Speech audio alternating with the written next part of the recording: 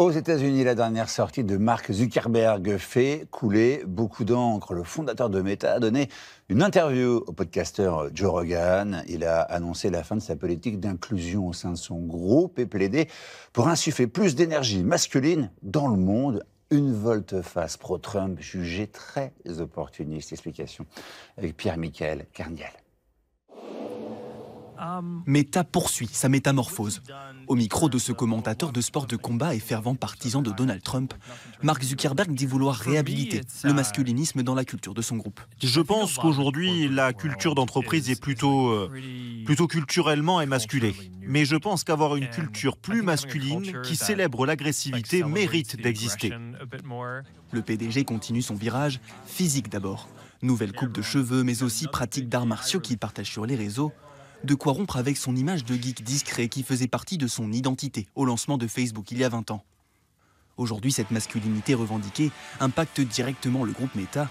Il décide par exemple de stopper net les engagements pour améliorer la diversité de genre au sein de l'entreprise, mais aussi d'assouplir des règles de modération sur ses plateformes. Concrètement, il est désormais possible d'utiliser un langage insultant concernant les droits des transgenres, de l'immigration ou de l'homosexualité. De nouvelles positions qui dénotent avec les discours fédérateurs qu'il pouvait tenir il y a encore quelques années. Tous ces projets de société sont à notre portée.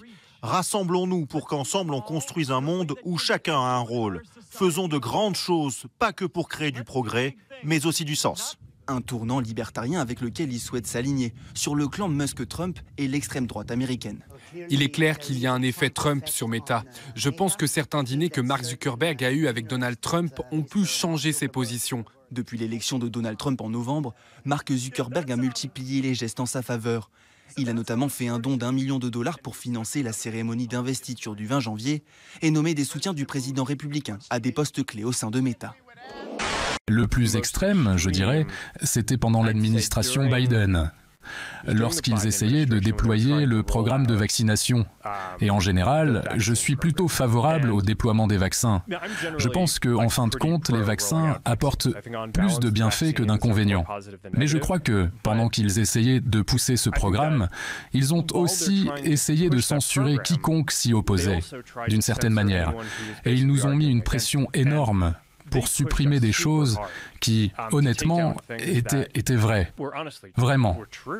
Je veux dire, ils nous ont essentiellement poussé à dire « tout ce qui mentionne que les vaccins pourraient avoir des effets secondaires, vous devez le supprimer ».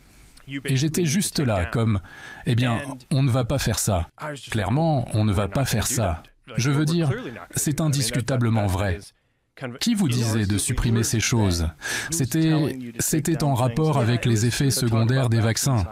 C'était des gens de l'administration Biden. Qu'on a sur ces réseaux, sur lesquels des millions de Français se connectent tous les jours, des outils qui nous permettent de nous assurer que les opinions, qui seraient de fausses opinions, peuvent être sorties de la plateforme. Et là d'où je viens, tout le monde sait que la meilleure façon de rassembler les gens, c'est de leur offrir un véritable ennemi. Merci de rappeler que l'info n'est pas sur les réseaux sociaux.